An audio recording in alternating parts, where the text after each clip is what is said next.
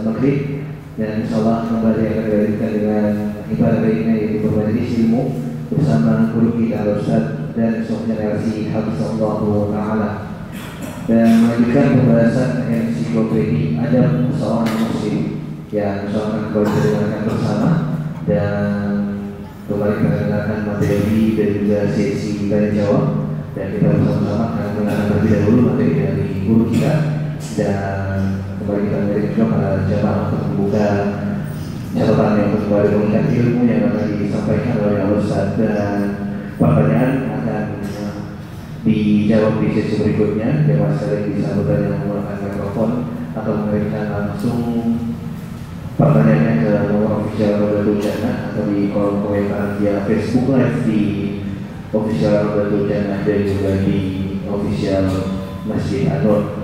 Dan kepada Ustaz kami persilakan untuk membawakan materinya.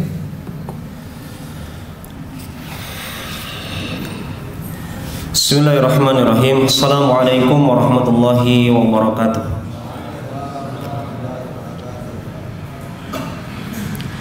Innal hamdalillah nahmaduhu wa nasta'inuhu wa nastaghfiruh. Na'udzu billahi min syururi anfusina wa sayyiati a'malina. May yahdihillahu fala mudilla lahu wa may yudlilhu fala hadiya lahu. Assalatu wassalamu ala nabiyyina Muhammadin wa ala alihi wa ashabihi ajma'in. Allahumma rabbi zidna ilma warzuqna fahma, amin ya rabbal alamin. Ma'asyiral muslimin, hadirin hadirat jamaah sekalian, insyaallah ta'ala di malam ini kembali kita akan melanjutkan kajian seputar adab atau akhlak Islam. Dan kembali kami ingatkan bahwa kitab ini banyak sekali membahas adab hati, ya. Karena mungkin kita tahu bagaimana pentingnya memanage hati kita semuanya.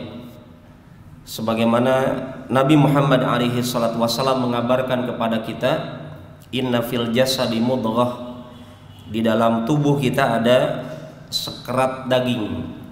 Kalau daging ini baik, maka seluruh anggota tubuh yang lain akan baik. Kalau daging ini buruk, maka seluruh anggota tubuh juga akan buruk. Ala wahyal qalb, ketahuilah hati, sekerat daging yang dimaksud adalah hati kita semuanya.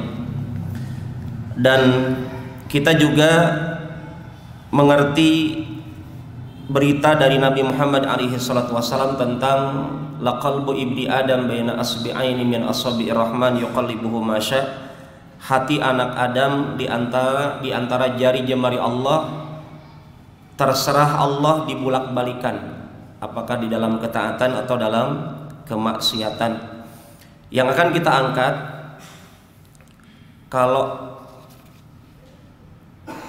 prolog atau pengantar dari penulis adalah pembahasan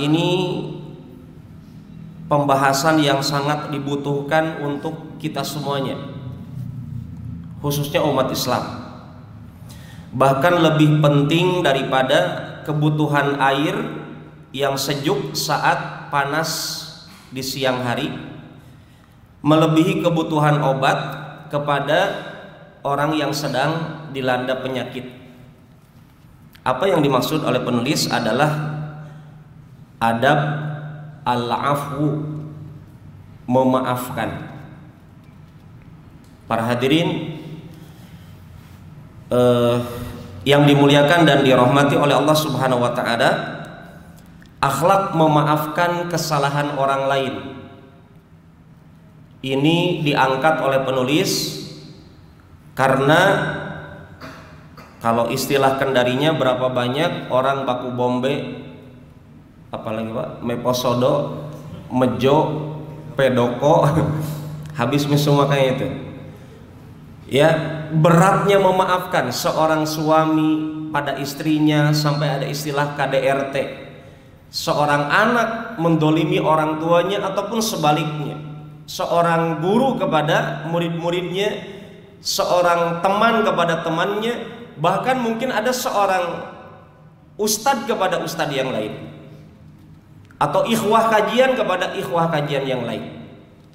Mari kita tes diri kita di malam hari ini dengan akhlak memaafkan. Seberapa besar maafnya kita kepada orang lain.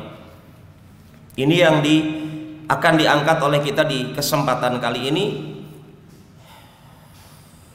Pertama, kita ambil dari kata al-afu, pengertiannya dulu Pak. Pengertian al-afu bermuara pada dua kata, dua makna, yaitu antum pernah bilang gini kan, syukron akhi, apa jawabannya? Afwan. Itu yang kita bahas saat ini. Kata-kata afwan yang bertebaran di dunia maya, di lisan kita, afwan, afwan, afwan, dikit-dikit, afwan ustad, afwan akhi, dan seterusnya. Apa artinya afwan? Al-afu ini adalah tarkus syai', meninggalkan sesuatu. Apa maksudnya meninggalkan sesuatu dengan kata al-afu?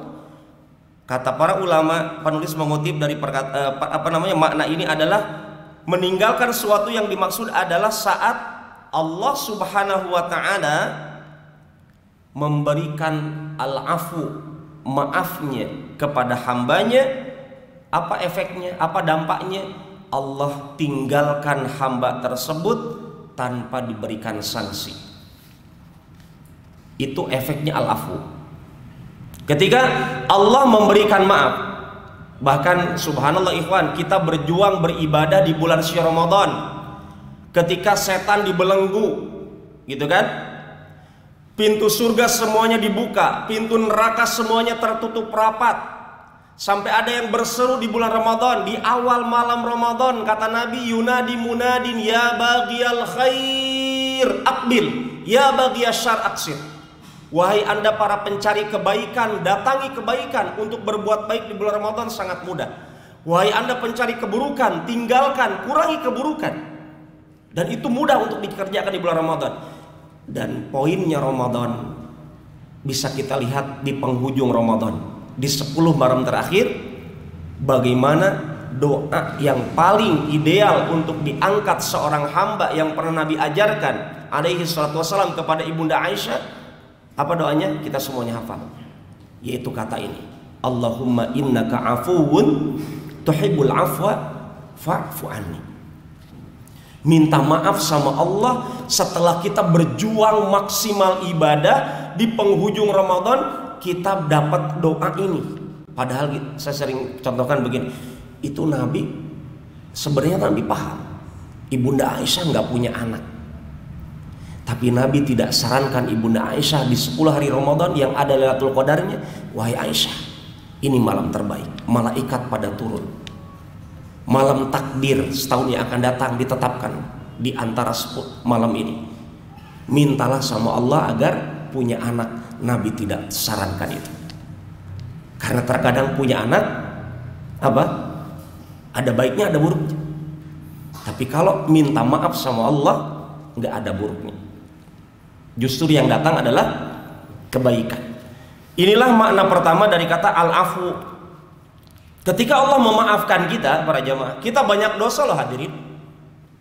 Ibu bapak, jangan mentang-mentang kita orang kajian, jangan mentang-mentang kita masya Allah jenggotnya, cadarnya, bla bla bla, baru pulang umrah, baru pulang haji, baru ini, baru itu.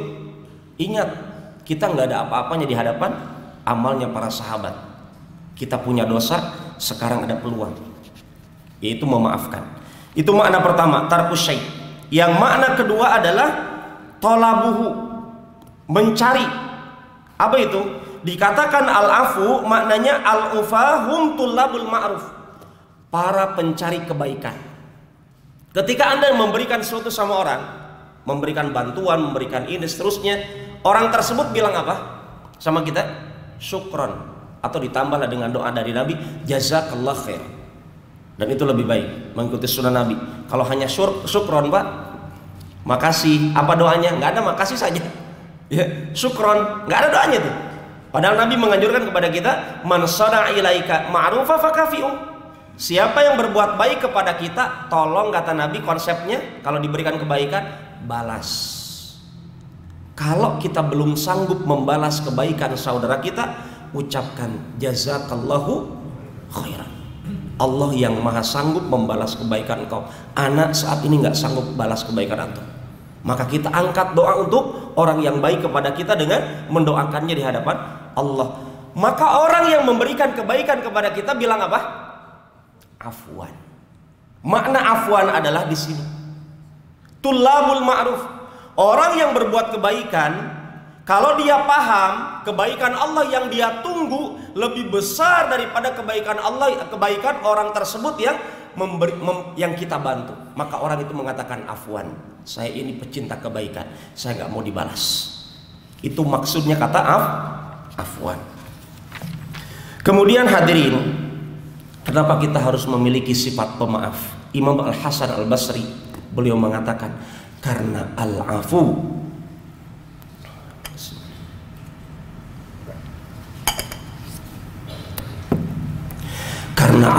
adalah ismun min asma'illah.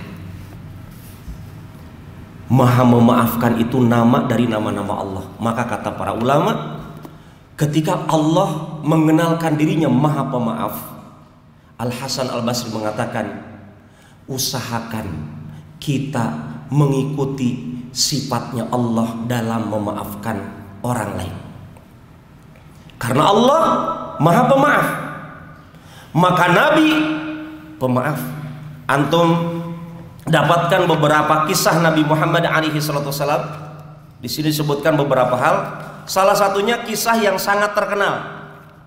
Nabi sudah capek berperang dengan para sahabat, tiba-tiba tinggal di suatu tempat yang sangat rindang, istirahat dari peperangan. Ada pohonnya rindang, masya Allah, berteduh di situ. Nabi tidur, para sahabat tidur. Tiba-tiba ada orang kafir datang. Sementara Nabi tidur tanpa penjagaan. Dan kisahnya sangat terkenal ini. Pedangnya Nabi diambil. Nabi dibangunkan, pedangnya terhunus di hadapan orang tersebut. Wahai Muhammad, siapa yang akan membela engkau saat ini? Sahabatmu pada tidur.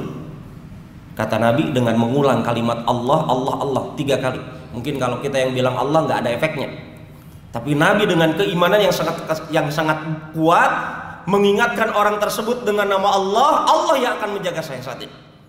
Seketika orang itu langsung bergetar tangannya, jatuh.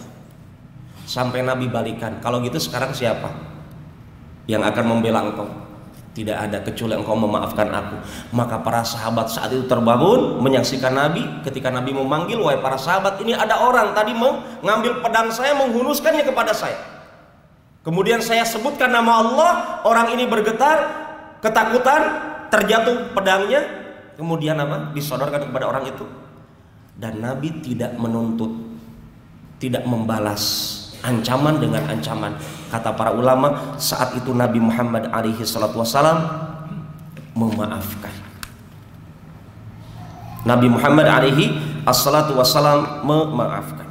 Para hadirin jamaah yang dimuliakan dan dirahmati oleh Allah, pengertian maaf ataupun al-afu kata para ulama adalah kafud darar ma'al qudrah alaih. Menahan diri dari membahayakan orang padahal kita mampu membalasnya. Itu definisi memaafkan. Saya sanggup, antum tampar saya tampar antum. Antum pukul saya pukul antum, kita sanggup. Tapi kenapa tidak kita ambil? Karena kita ingat Allah mempunyai nama Al-Afu yang maha memaafkan.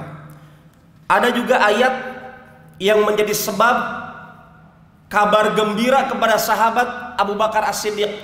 Antum tahu bagaimana hadithul ifki, hadis panjang kisahnya tentang kisah Ibunda Aisyah dituduh berzina. Ingat, kita tahu bagaimana setelah peperangan Nabi pulang dengan para sahabat, Ibunda Aisyah saat itu masih kurus, ya, badannya. Naik haudaj, di atas unta itu ada tempat yang tertutup, Ibunda Aisyah di dalamnya.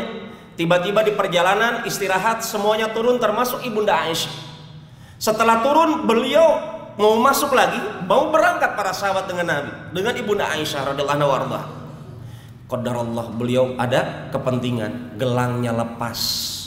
Subhanallah, berawal dari gelang menjadi sebab beliau diceritakan dalam surat An-Nur. Dari ayat 11 sampai ayat 20-an, bagaimana kisahnya diabadikan ketika beliau dituduh berzina. Gelangnya lepas, Nabi nggak tahu Ibunda Aisyah turun lagi tuh dari haudajnya, dari untanya, karena kecil beliau kurus. Jadi malam hari nggak ada tiang listrik di jalan raya, ya, di padang pasir gelap. Beliau kecil, maka ketika untanya Ibunda Aisyah diangkat, seakan-akan kayak kata Nabi, kayaknya ini sudah ada di dalam. Tidak dicek lagi, tidak ditanyakan. Para sahabat pun berangkat ke Madinah. Semuanya Ibunda Aisyah sedang kebingungan cari gelangnya yang jatuh. Datang lagi ke tempat semula, ternyata sudah tidak ada orang. Ibunda Aisyah langsung hanya menanti duduk di situ. Apa yang terjadi? Subhanallah. Ternyata ada salah seorang sahabat yang istilahnya kalau di dalam peperangan tuh penyapu jalan, ya, Sofwan ibn Mu'attal. Sahabat ini tiba-tiba kata Pak sahabat Sofwan, saya mengetahui wajahnya Ibunda Aisyah sebelum turunnya ayat hijab. Maka ketika itu Ibunda Aisyah sedang menyingkap wajahnya.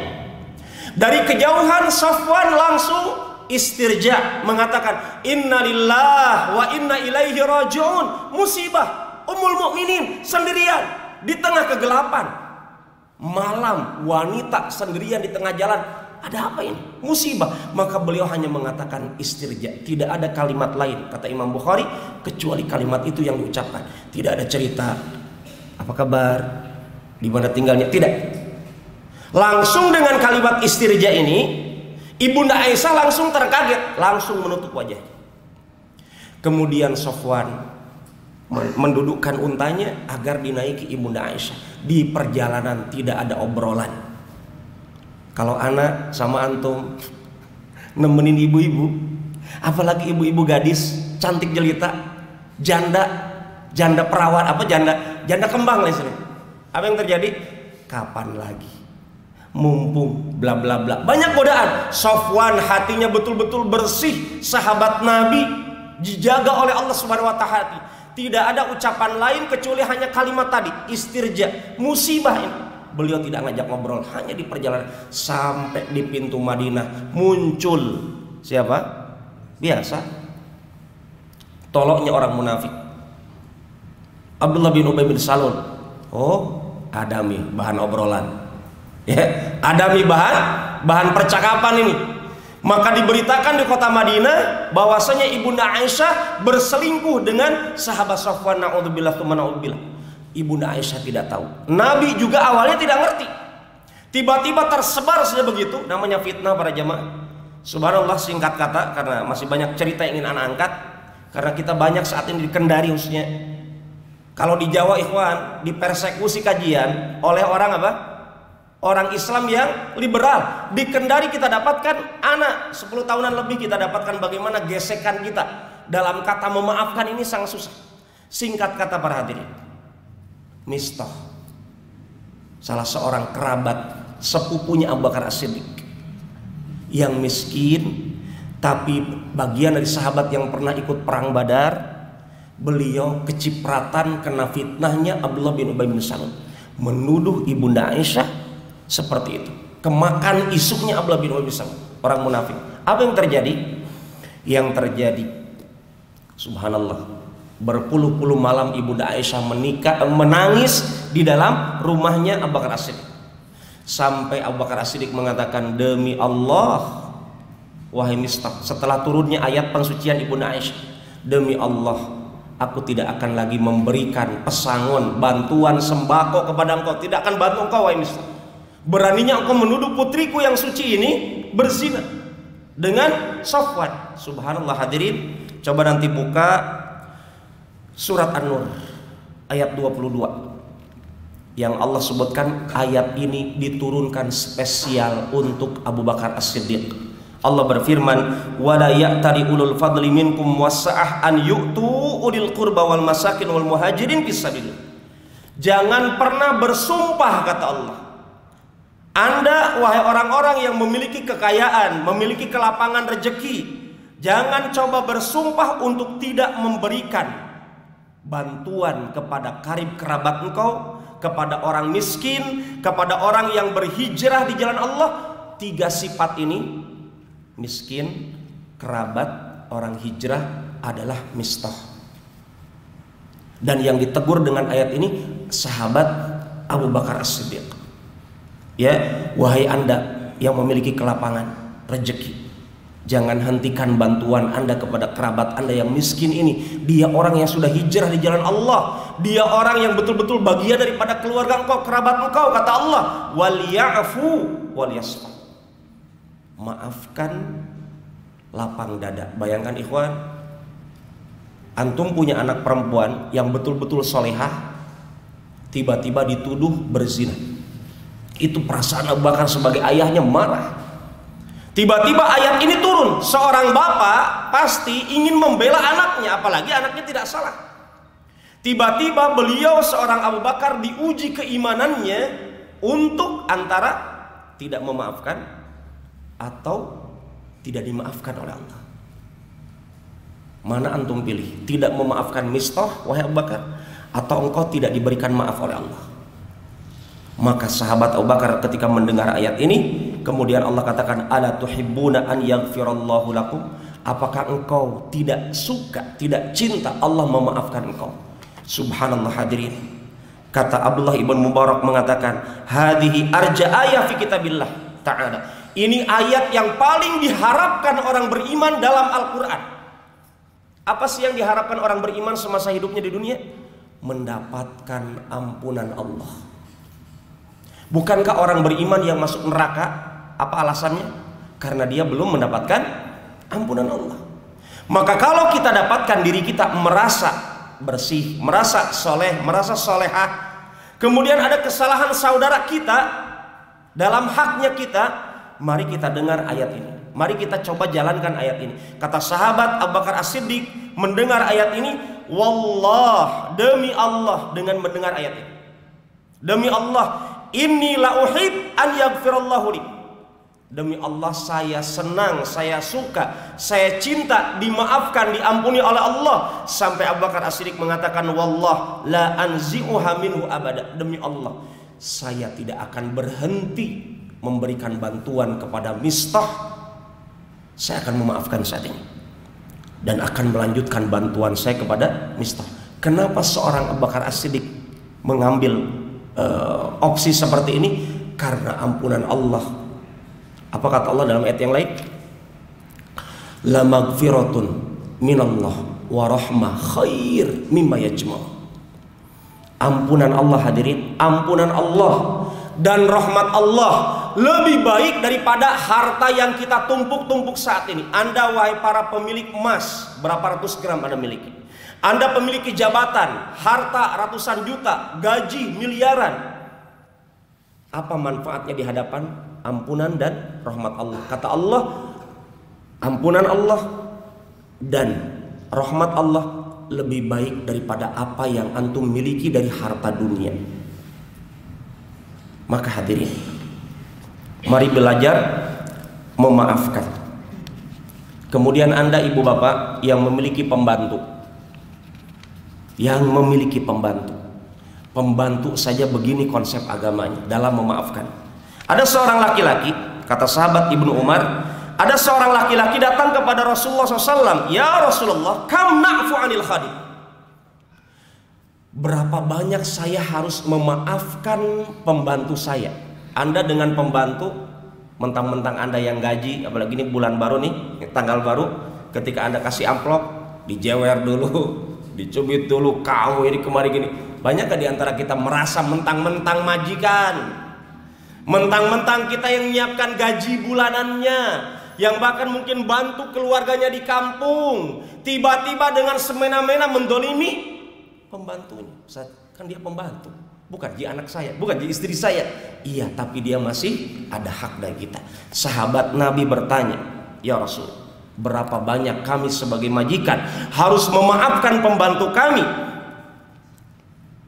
Nabi diam. Nabi diam. Kemudian sahabat ini mengulang, ya Rasul, berapa banyak? Nabi diam lagi sampai di ketiga kalinya sahabat ini bertanya, baru Nabi mengatakan, ufu, maafkan pembantumu fi kulli yaum 70 marrah. Maafkan pembantu Anda dalam sehari 70 kali maaf Anda. Ustaz, gajinya besar. Saya merasa rugi kalau dia dikasih gaji sama saya besar, tapi masa saya harus maafkan dia? Itu gaji saya, Ustaz. Gaji saya kasih sama dia itu sebagai bentuk maaf. Tidak, kata Nabi, maafkan pembantu Anda 70 kali dalam sehari. Padahal dia seorang pembantu. Apalagi kesalahan istri kita, apalagi kesalahan suami kita. Selama kesalahannya adalah terkadang miskomunikasi.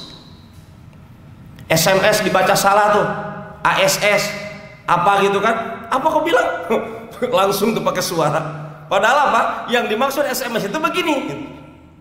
Iya, banyak di antara kita begitu. Dengan adanya handphone terkadang salah paham. Dan itu terjadi. Ini kepada pembantu. Kemudian Nabi Muhammad alaihi salatu wasallam juga mengatakan dalam hadis riwayat Muslim, "Wa ma zadallahu 'abdan bi'afwin illa izza." Allah tidak akan pernah menambah kepada para pemaaf kecuali kemuliaan. Orang yang biasa memaafkan akan dimuliakan oleh Allah Subhanahu wa ta'ala. Oh, waktunya sangat singkat. Kita lihat ikhwan. Tadi pertama Ana sudah sampaikan pesan penulis secara singkat bahwa Allah Maha Pemaaf.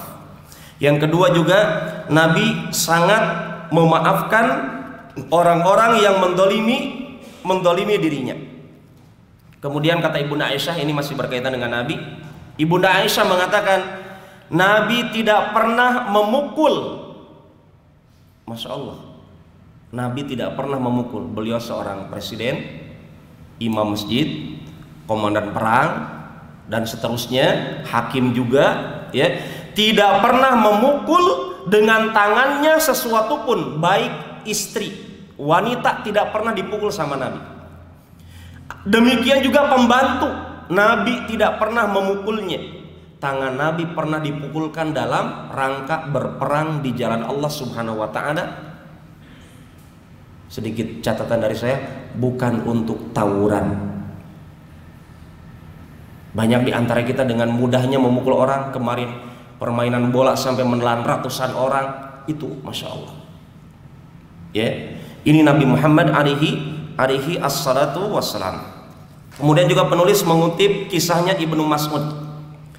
Sahabat Ibnu Mas'ud pernah di pasar lagi duduk, beliau pakai sorban, di sorbannya diselipkan uang.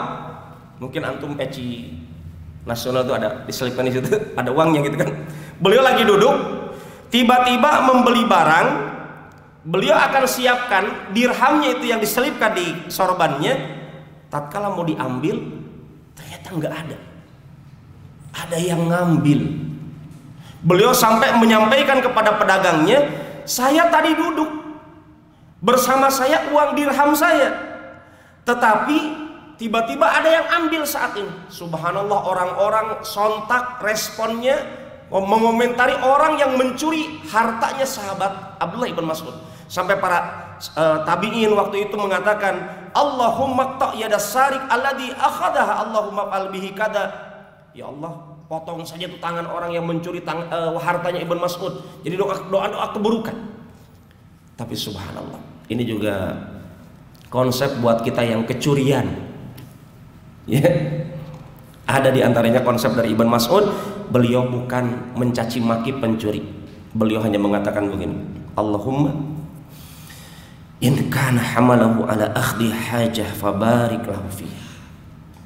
Ya Allah, Engkau Maha tahu, kalau orang yang mencuri uang saya itu betul-betul sedang butuh uang, berkahi uang tersebut. Masya Allah. Kira-kira kita bisa nggak begitu? Ustaz, masalahnya besar. Ini lagi bahaskan memaafkan dari Allah loh Pak. Ya, besar loh. Ya, la maghfiratun minallah wa rahmah khair mimma yajma'un. Ampunan Allah dan rahmat Allah lebih besar, kata orang beriman, kata Allah ya, dan diyakini orang beriman lebih besar daripada yang kita kumpulkan. Ini doanya Ibn Mas'ud. Ya Allah, kalau memang pencuri ini betul-betul membutuhkan, berkahi uang yang dia ambil. Wa in kana hamalathu jara'atun ala dzanbi faj'alhu akhiru dzunubi. Ya Allah, kalau memang orang ini sebenarnya nggak ada kepentingan tuh ya Allah, cuma betul-betul dia niat mencuri untuk bermaksiat saja Allah, hamba doakan ya Allah, kata Ibnu Mas'ud, hamba doakan semoga itu maksiat terakhirnya. Ini doa siapa? Abdullah ibn Mas'ud kepada pencuri barangnya. Subhanallah. Kemudian Umar bin Abdul Aziz, bagaimana memaafkannya? Di antara kisahnya, beliau ternyata meninggal dunia diracun. Umar ibn Abdul Aziz dikunjungi oleh kerabatnya sampai dikatakan, kayaknya engkau ini disihir. Siapa bilang saya disihir? Kata Umar bin Abdul Aziz. Kemudian dia memanggil pelayannya yang ternyata meracuni dirinya. Umar bin Abdul Aziz memanggil pelayannya, kemudian bertanya, ma hamalaka an saqaitani sum? Apa alasan engkau meracuni saya, majikan engkau? Kata Umar bin Abdul Aziz. Subhanallah hadirin, pembantu nih mengatakan kepada Umar, saya disarankan oleh musuh engkau untuk membunuh engkau dengan iming-iming 1000 dinar dan aku akan dibebaskan. Berapa 1000 dinar? Ana tadi kalikan. Kalau 1 dinar itu 4,5 gram emas kan? 4,5 gram emas. Sekarang emas kalau diasumsikan 1 gramnya 1 juta, maka dia dijanjikan 4 miliar 500 juta. Siapa yang tidak dolar matanya gitu kan? Kami siapkan miliaran juta uang, tapi engkau harus siap membunuh pemimpin umat Islam saat ini. Diracun. Apa kata Umar bin Abdul Aziz ketika mendapatkan iming-iming ini? Beliau mengatakan kepada bendaharanya, berikan apa yang dia mau. Tapi beliau sudah diracun loh Pak. Beliau sudah diracun. Detik-detik akan meninggal. Beliau mengatakan kepada bagian bendaharanya, berikan apa yang dia mau. Kemudian orang itu karena merasa berdosa, diberikanlah ke Baitul Mal. Pembantunya tadi. Apa kata Umar bin Abdul Aziz? Dengan racun yang ada di tubuhnya kepada orang ini, sudah, pergilah engkau haitsu la yaraka, usahakan gak ada yang tahu. Jadi dialog ini hanya 4 mata antara beliau dengan orang tersebut, sudah pergi saja. Tanpa dituntut darah dengan darah, nyawa dengan nyawa, tidak. Beliau mengambil opsi memaafkan orang ini agar di akhir hidupnya ada niat beliau di hadapan Allah bisa dimaafkan oleh Allah Subhanahu wa ta'ala. Kemudian juga penulis mengingatkan kepada kita kisah Ahmad ibn Hanbal, dan ini sebagai penutup kita sepertinya di kesempatan kali ini. Imam Al-Ghazali, kita tahu dulunya sufi tasawuf, tetapi di akhir hidupnya beliau bertaubat. Beliau sangat terkesima kepada kisahnya Imam Ahmad ibn Hanbal. Kata beliau, Imam Al-Ghazali, dulu saya tidak suka kepada Imam Ahmad dengan karakternya beliau, tetapi tatkala saya membaca sejarahnya beliau, betul-betul terkesima menjadi contoh untuk Imam Al-Ghazali. Ya, Imam Ahmad kita tahu bagaimana disiksa 3 periode hadirin. 3 kepemimpinan beliau disiksa untuk membela Al-Quran, bukan makhluk. Al-Quran adalah perkataan Allah Subhanahu wa ta'ala. Sampai beliau pingsan, terus sampai ada kisah dikisahkan oleh para ulama dalam kitab-kitab akidah. Imam Ahmad ketika dicemeti hadirin, celananya hampir melorot, tetapi dengan karomah dari Allah, celananya terangkat sendiri dengan izin Allah menutupi auratnya. Tidak pakai remote, betul-betul dijaga oleh Allah auratnya. Ketika dicemeti akan tersingkap auratnya, dengan seizin Allah beliau mendapatkan penjagaan agar dijaga oleh Allah, karena beliau ini telah menjaga ajaran Islam. Sampai beliau dibebaskan, diperiksa tubuhnya oleh seorang dokter, banyak sekali di anggota tubuhnya ada daging membusuk, kemudian dibersihkan oleh dokter tersebut sampai beliau disembuhkan. Beliau mengatakan kepada orang-orang yang pernah mendoliminya, saya telah memaafkan semua orang yang pernah mendolimi saya. Siapa yang bilang? Imam Ahmad. Kenapa? Beliau katakan, saya teringat dengan ayat yang diturunkan kepada sahabat Abu Bakar As-Siddiq. Waliyafu waliyasfah. Ala tuhibbu an yaghfirallahu lakum. Maafkan, lapang dadalah. Tidakkah engkau suka Allah memaafkan kesalahan engkau? Itu ayat, kata Imam Ahmad, terngiang-ngiang dalam benak saya untuk bisa memaafkan kesalahan orang lain. Kata Imam Ahmad, kecuali ahli bid'ah tidak saya maafkan. Sampai dia meninggalkan kebid'ahannya. Demikian apa yang kita bisa angkat. Semoga bisa belajar memaafkan. Bahkan ada seorang ustadz di Facebook, banyak di antara kita biasa mengatakan jazakallah khairan kepada temannya di kantor, di masjid dan seterusnya, tapi mungkin masih sedikit di antara kita yang mengucapkan jazakillah khairan kepada istri kita di rumah. Atau sebaliknya, seorang suami ataupun seorang istri mengatakan jazakallah khairan wahai suamiku. Ini mungkin yang jadi penutup kajian kita di kesempatan kali ini. Semoga menginspirasi dan bermanfaat. Amin ya rabbal alamin. Berikutnya kita persilakan jawab ini pertanyaan silakan.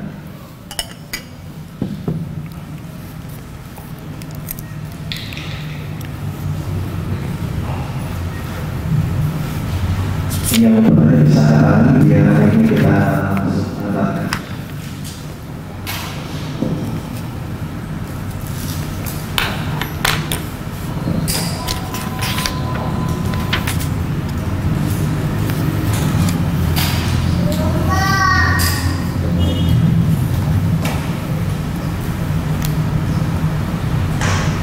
Ada di ujung yang bertanya.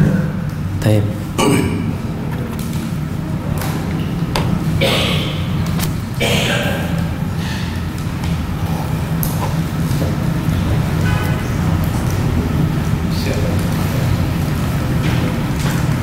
Assalamualaikum warahmatullahi wabarakatuh. Waalaikumsalam warahmatullahi wabarakatuh. Waalaikumsalam. Anak mau tanya Ustaz, ketika kita memaafkan saudara kita yang berbuat kesalahan pada kita, tanpa dia mengetahui, hanya antara yang memaafkan dengan Allah yang mengetahui. Apakah dengan orang yang bersalah dengan kita ini Ustaz, artinya dosa dia sudah dimaafkan oleh Allah atas kita yang sudah memaafkannya? Terlebih Ustaz. Bismillahirrahmanirrahim. Wassalatu wassalamu ala Rasulillah wa ala alihi wa ashabihi wa mawalah, amma ba'd. Ikhwani fillah, para jamaah yang dimuliakan dan dirahmati oleh Allah Subhanahu wa taala. Kita yang memaafkan itu efeknya kepada kebaikan untuk kita dan doa untuk yang kita maafkan. Dan doa untuk yang kita maafkan, seperti kisah Ibn Mas'ud tadi. Semoga orang ini kalau memang mencurinya karena bermaksiat, semoga ini maksiat terakhir. Adapun orang tersebut, pencuri tersebut, apakah dimaafkan oleh Allah? Tergantung antara dirinya dengan Allah. Kita hanya bisa mendoakan. Nabi saja nggak sanggup membuktikan, mewujudkan terkabulnya doa untuk kebaikan Abu Thalib. Padahal Nabi, tetapi Nabi tetap berusaha. Gitu ya. Kita dituntut untuk hidup ini apa? Memberi kebaikan, mencegah diri kita berbuat keburukan. Bahkan dengan pertanyaan ini ataupun jawaban ini, ana ingin tambahkan satu slogan hidup Imam Ahmad yang belum ana ungkapkan, yang kisah tadi kita sebutkan. Imam Ahmad setelah didolimi 3 periode kepemimpinan tadi, setelah beliau maafkan orang-orang tadi, beliau mengatakan kalimat yang belum anak kutip. Apa itu kalimatnya? Mada yanfa'uka an yu'adziba akhukal muslim bisababik. Kata Imam Ahmad, apa sih manfaatnya buat antum? Saudara antum yang mendolimi antum itu disiksa oleh Allah gara-gara antum. Apa manfaatnya? Ikhwan, bukankah kita sebagai umat Islam ingin bersama-sama di dunia juga bersama-sama di surga, walaupun beda tempat kajian? Nah, Ya. Dan di antara sifat penghuni surga apa kata Allah? Wa naza'na ma fi qulubihim min ghillin. Ketika orang-orang beriman akan masuk surga, dari pintu surga itu hati orang beriman sudah dibersihkan dari dari hasad, dari dengki, dari penyakit hati sebelum masuk surga. Sampai Nabi mengatakan, mengomentari ayat ini, orang beriman ketika masuk surga ala qalbin rajulin wahid. Orang beriman itu di surga hatinya sama. Maka ketika kita mengetahui sifat penghuni surga itu hatinya satu, kal jasadil wahid itu betul, bukan hanya jasadnya saja, hatinya pun satu.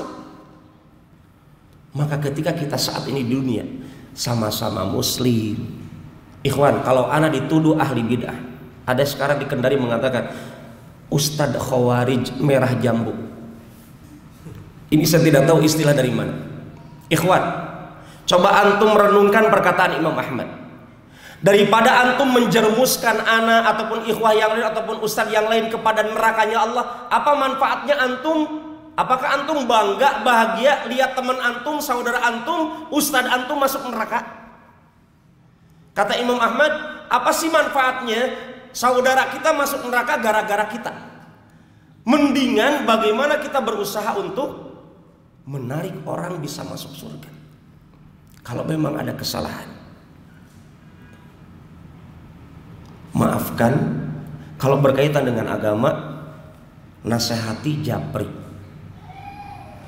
Ada yang memberikan catatan-catatan selama anak dakwah di Kendari, tapi tidak pernah japri anak, kecuali hanya beberapa gelintir saja, sampai menyebarkan macam-macam. Dan mungkin ustadz-ustadz yang lain juga semisal, bahkan mungkin lebih besar fitnahnya kepada ustadz yang lain. Kalau anak kan anak. Tapi intinya, dengan kita tahu diri kita muslim, yang menuduh kita juga muslim, mari belajar memaafkan. Adapun tadi yang inti dari pertanyaan adalah apakah saudara kita yang kita maafkan itu dimaafkan oleh Allah? Tergantung dia apakah memenuhi syarat taubatnya atau tidak. Kita hanya bisa mendoakannya. Wallahu ta'ala alam. Nah, ini ada pertanyaan dulu.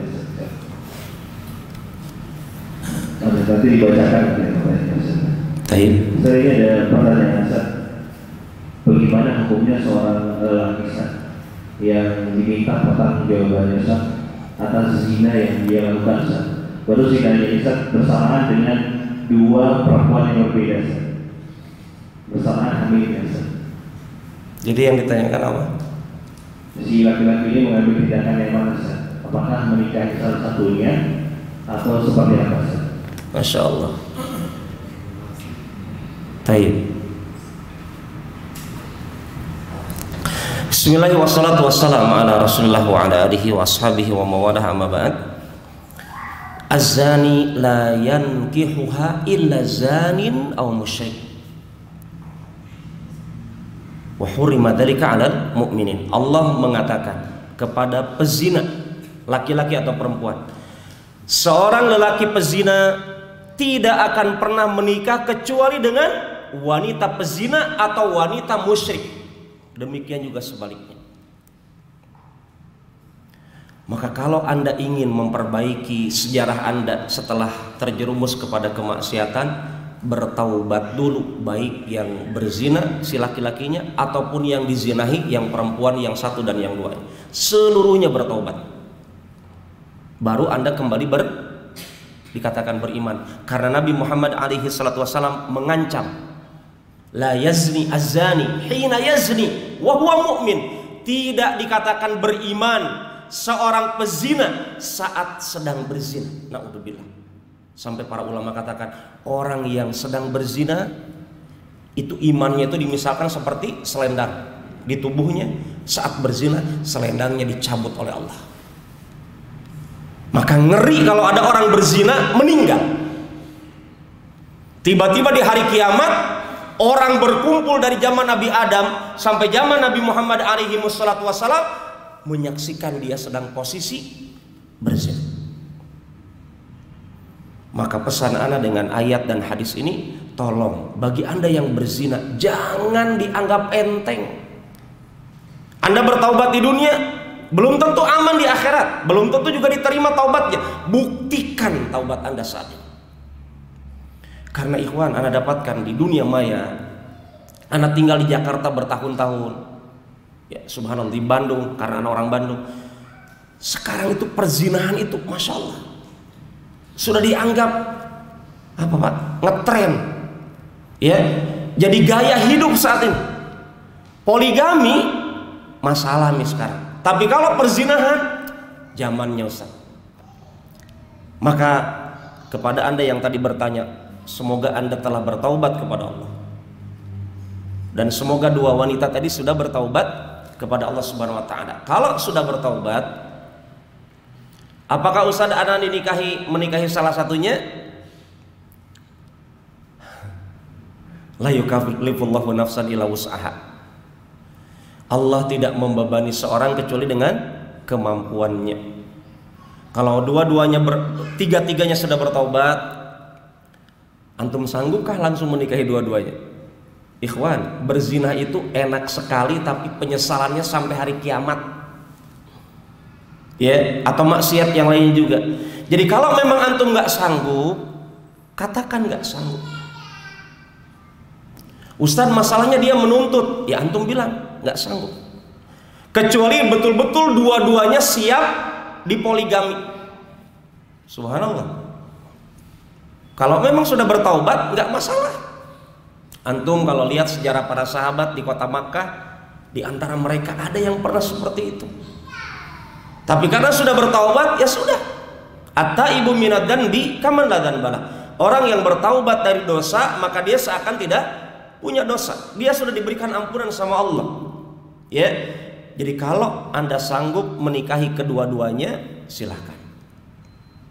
Itu yang terbaik kalau mungkin antum mampu. Ana pernah dapatkan kisah nyata seorang miskin. Ini sebagai penutup jawaban ini. Keluar dari kisah umumnya poligami.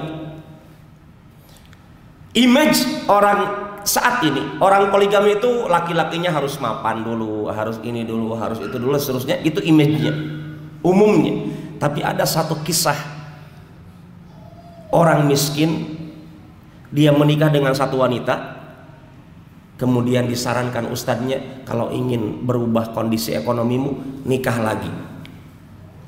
Betul Pak, dia nikah lagi, belum kaya. Nikah lagi sampai 4 istrinya Allah takdirkan kaya, mapan. Dan kaya nggak mesti melimpah, cukup. Itu dirasakan oleh laki-laki ini yang poligami. Artinya, ikhwan, poligami itu ibadah. Konsep ibadah itu bukan pakai logika. Tapi konsepnya pesan Nabi apa? Falyattaqillah fi nisfil baqi. Bertakwa dalam mengarungi rumah tangga. Kemungkinan besar bapak tadi bertakwa, menasehati istri pertanya bertakwa dengan keadaan seadanya sampai kemiskinan dalam kebahagiaan. Demikian jawaban saya, semoga bermanfaat. Wallahu taala alam. Baik, bismillah. Barakallahu fiikum. Wa fiikum barakallah. Di zaman sekarang ini kan teknologi semakin rampak, media sosial lebih besar. Nah, bagaimana Ustaz yang ketika kita menzalimi orang, kemudian kita dipaksa untuk memohon maaf di sosial media Ustaz. Begitupun sebaliknya, ketika ada yang dizalimi kemudian memaksa orang yang menzalimi untuk mengumumkan permohonan maaf di media sosial. Bagaimana penjelasannya? Bismillahirrahmanirrahim. Wassalatu wassalamu ala Rasulillah wa ala alihi wa ashabihi wa mawalah, amma ba'd. Ikhwan dan akhwat yang dimuliakan dan dirahmati oleh Allah Subhanahu wa taala, para ulama berkaitan dengan aib orang, ya, mengajarkan kepada kita untuk menutupinya, dan itu konsep agama. Kalau ada di antara kita didolimi oleh saudara kita dalam urusan-urusan pribadi, bukan urusan syariat, bukan urusan agama kita. Maka konsepnya sebisa mungkin kita menutupi aib saudara kita. Kenapa kita merasa puas kalau saudara kita dosanya diekspos, kemudian di-save, kemudian orangnya sudah taubat betul, ternyata yang di-save oleh kita malah aibnya. Ini kan berarti kita memaafkan atau tidak?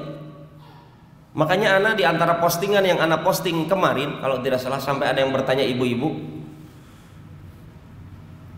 memaafkan itu berusaha meninggalkan apa? Marah, kesal. Ya. Bagaimana orang memaafkan betul-betul los gitu hatinya. Los hatinya. Maka Allah gabungkan antara al-kadhimin al-ghaid wal afin anin nas. Menahan marah dan memaafkan. Jadi ada proses di situ. Kalau ada di antara kita memberikan syarat seperti itu, apa manfaat kedepannya antum tidak pikirkan? Misal, kalau konsep itu diterapkan, ikhwan, misal ada orang menzinahi keluarganya, minta maaf di Facebook. Kira-kira akan laku nggak itu laki-laki di masa depannya? Mantan ini Ustaz dulu ada tuh postingannya, ting, dimunculkan lagi. Kurang bagus, manfaatnya apa? Gitu. Kecuali kalau berkaitan dengan pemahaman. Ya, Abul Hasan Al-Asy'ari yang akidahnya Asy'ariyah dulu, beliau sampai mengatakan, sampai munculkan kitab Al-Ibanah, ya, menjelaskan tentang akidahnya. Beliau sudah berubah dengan akidah sebelumnya. Sampai beliau katakan, saya melepas akidah saya yang lama seperti saya lepas jubah saya ini, kemudian dilepaskan. Itu berkaitan dengan agama, diumumkan kepada orang lain. Tapi kalau dengan hak pribadi kita ataupun hak saudara kita yang mendolimi hak pribadi kita, saran anak ingat pesan Nabi, man satara musliman satarahullah uyubahu yaumal qiyamah. Siapa yang menutupi aib saudaranya, maka Allah akan menutupi aibnya di hari kiamat. Dan sebagai penutup dari jawaban ini, kalau antum ingin memaafkan saudara antum, coba niatkan untuk kebaikan antum dan untuk kebaikan orang yang kita maafkan, bukan hanya memikirkan kebaikan kita. Ya, kalau kita ingin memaafkan saudara kita, niatkan karena Allah, berarti apa? Dua-duanya menjadi lebih baik lagi setelah kejadian ini. Demikian jawaban ana, semoga bermanfaat. Wallahu ta'ala alam. Baik, barakallahu fiikum wa khairan Ustaz. Pertanyaan terakhir bisa dijawab di malam yang berbahagia ini. Semoga kita semua bisa kembali mengambil manfaat dan yang tersebut bisa kita amalkan dan memberikan secara untuk kehidupan kita sehari-hari. Dan kita tutup bersama kita dengan baca doa kafaratul majelis. Subhanallahumma wa bihamdihi, asyhadu an la ilaha illa anta, astaghfiruka wa atubu ilaik. Assalamualaikum warahmatullahi wabarakatuh.